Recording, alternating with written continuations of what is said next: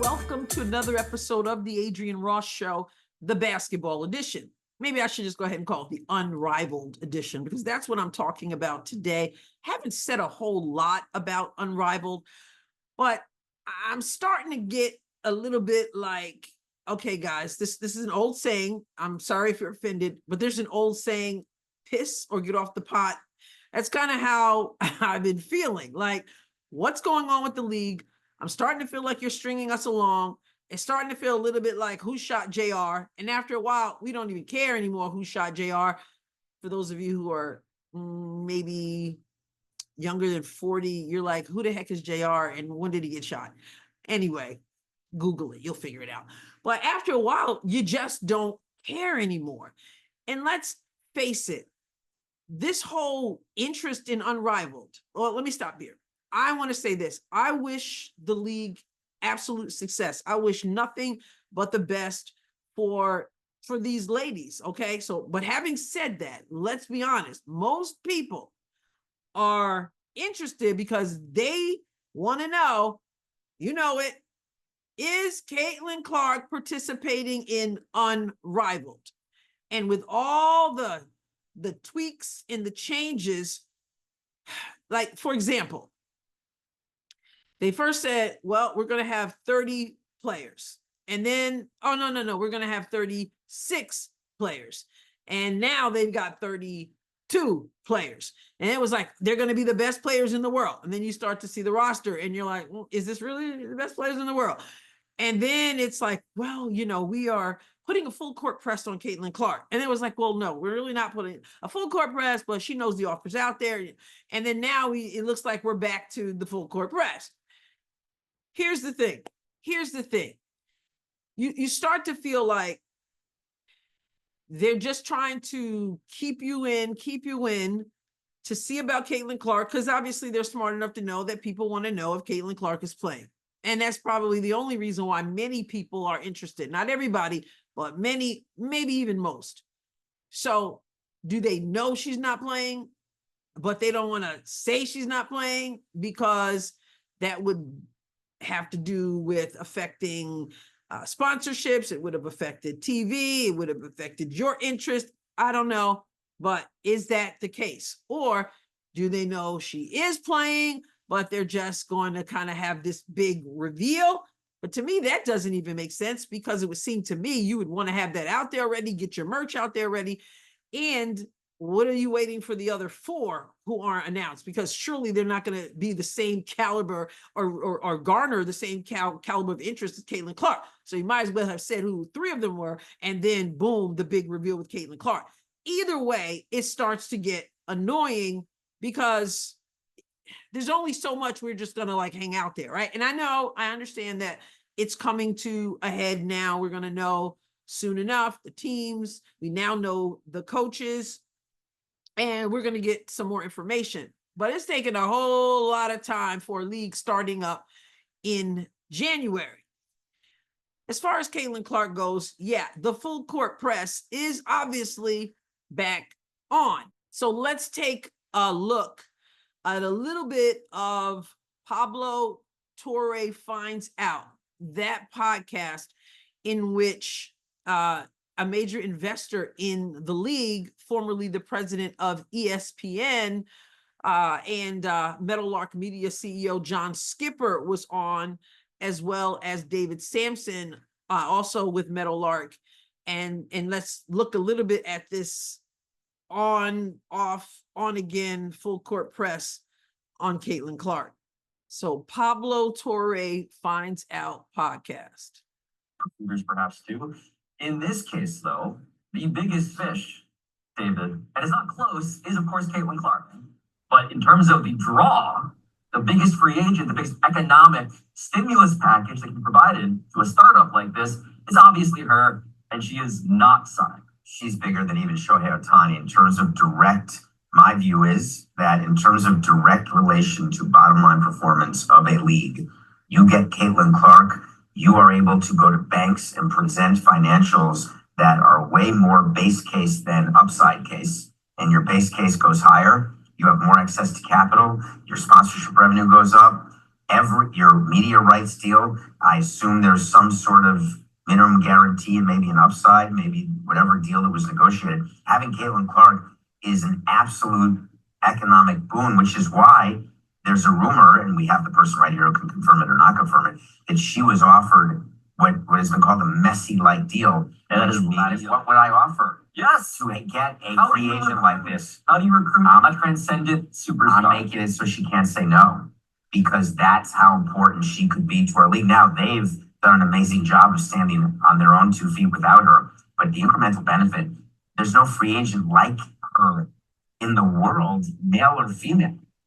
So you heard him detail the Caitlin Clark effect, how she would impact this league. And you also heard the full court press that they're putting on. Listen, I'm making it so she can't say no.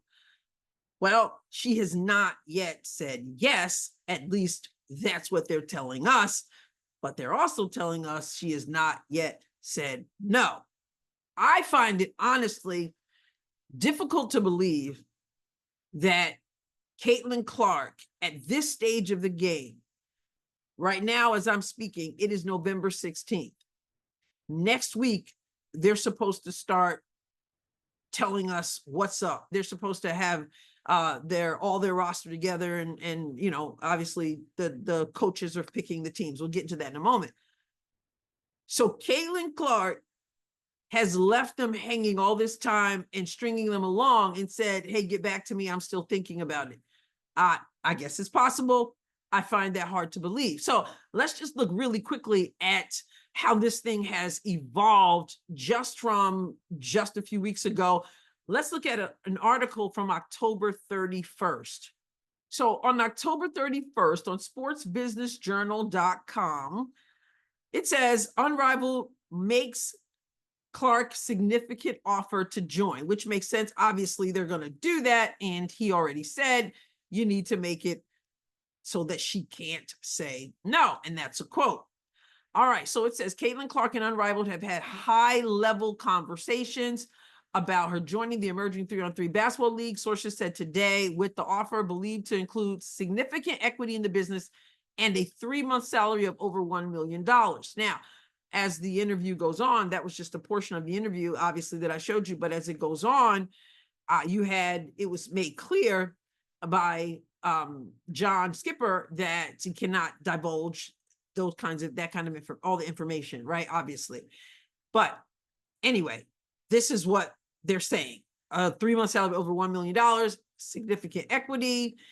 It goes on to say, on a day that the league expanded its rosters from 30 to 36 players, those sources said Unrivaled has told Clark she can take as long as she wants to decide, mindful of the grind that she's endured, etc. She, you know, from the NCAA to the draft to the league, you know, all that. And of course, don't forget golf, right? So, and we know that Lexi Hull, Kate Martin are there. Aaliyah Boston's there as well. Okay, so, and then we've been hearing this speculation that she's 60-40 to saying yes. I don't know. When I listened to the rest, the more of the interview, it sounded like that they didn't have anything like that at all. But that's what they said here on the 31st. Those sources said talks have been pretty positive, but the league is not being presumptuous on the outcome. Ultimately, they're not applying pressure. So now back 31st, they had been on a full court press. Now they're not applying pressure. And then you just heard the interview there where they're going to make it so that she can't say no. They're going hard after her. So there is more pressure. But they say they're not applying pressure here, just building the league. Okay, and hopefully she joins, because obviously she joins, it would have a dramatic impact in a positive way. Okay, let's see. Let me go over to this article over here. And this one is from November 4th. Okay, Caitlin Clark breaks silence to ESPN about potentially playing in Unrivaled. And this is SI.com. All right, so Indiana Fever superstar Caitlin Clark was honest about whether she decided to play in Unrivaled this season. Well, let's go down here. And it says, there has been much speculation about whether the league will be able to lure Clark, who has been non-committal. Clark said Monday she had no deadline in her mind about deciding, Wilpel wrote. We'll see, Clark said of the decision to play at Unrivaled in the article. quote, I don't know, just taking it as it goes. See if see if I want to play eventually. So I find that interesting. I don't know. It says she's non-committal. Again, I find it difficult to believe now. That was November 4th, and I don't know exactly when this podcast with Pablo Torre was recorded. I just find it difficult to believe that Caitlyn has not given them an answer. Because she's a business person. Yes, she's 22 years old. That's young, but she has a foundation. She runs. She obviously has speaking bureau. She's a part of. She knows she's involved in business. She knows her degree is in marketing. Okay, so the idea that she was raised well. And I think the idea that she would say, yeah, I know you got to get this league kicking. I know next week is going to be huge. I don't feel like I don't have an answer for you yet. It would seem to me it would be more likely either yes, she's already said yes, and they're going along with kind of trying to build up the suspense. I don't get why if that's the case, but that would be more likely to me. Or she already said no and said, move on. But I mean, maybe eventually I'll want to play, as we saw there. Or she said, nah, not so sure. I can't say yes at this point. And they're taking it as, well, we're just going to keep the pressure. We're going to keep the pressure. Hopefully she'll change her mind. But as a person who does business as she does, I think, and respects people's time, I imagine, I would think that it would be more likely that either she said yes and they know it, or she said no, and yet they're saying, well, take some more time, think about it, maybe you'll change your mind. But just a week before all this stuff is supposed to unfold, she does it. She's just going to say, I don't know. Ask me tomorrow. I don't know. I find that hard to believe. What I find easy to believe is that they are doing everything possible. They don't want to say no. Remember that she can't say no, and that could be the case, or flat out she said yes and they're just stringing us along, which frankly I find rather irritating. But nonetheless, we're going to find out soon enough. And I'm going to say this, a lot of people are tuned in, not everybody, but a lot of people are tuned in to this whole conversation only because they want to know if Caitlin Clark is playing. And they ain't going to like it if they found out you just trying to milk this whole thing. So anyway, if Caitlin's in it, you're going to have a whole lot more eyeballs on it. So I can't blame you. The financial benefit is going to be huge. So I can't blame you.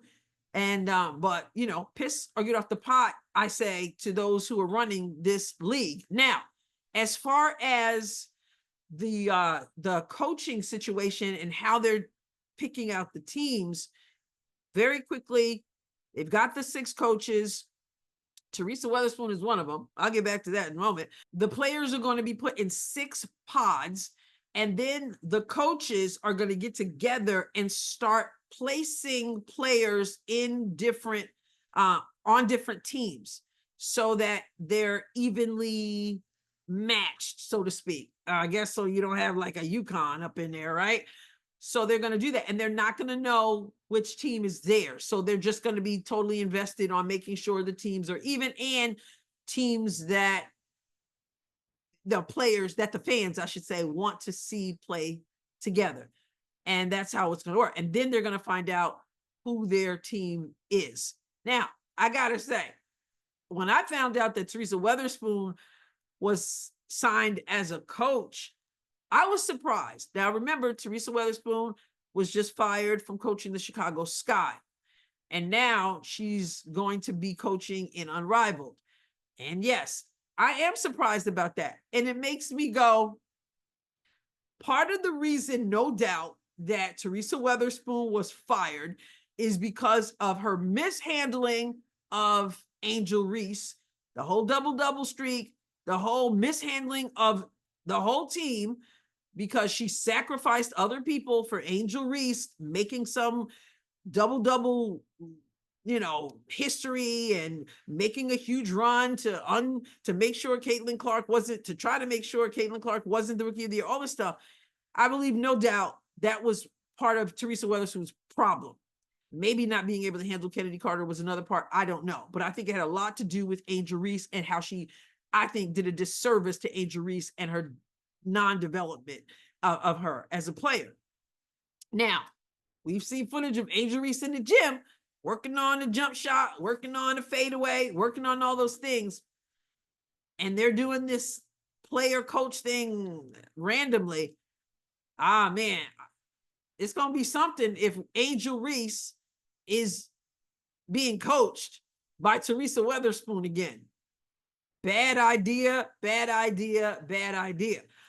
So that's going to be interesting. Again, I'm surprised Teresa Weatherspoon's in there, and it really makes me shake my head when I think Angel Reese might be under her tutelage once again.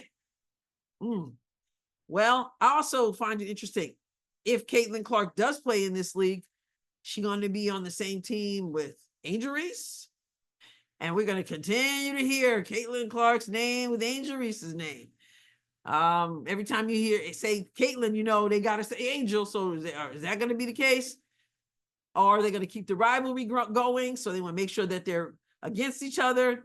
Is Caitlin going to end up playing on the same team as DeJohnette? I don't know. I'm like, let's just get it moving. Who's on the team? But really, is Caitlin playing? Is she not playing? And obviously, I wish them well. I'll cover it regardless. But I just got to scratch my head at how this whole thing is happening. And we'll see what goes down. And apparently, we'll see rather soon. I hope they haven't ticked everybody else off. And now they're like, yeah, okay, adios. But we'll find out. You can let us know what you think in the comments. Also, make sure you subscribe to the channel if you haven't done so. I'll catch you next time, God willing. God bless you abundantly.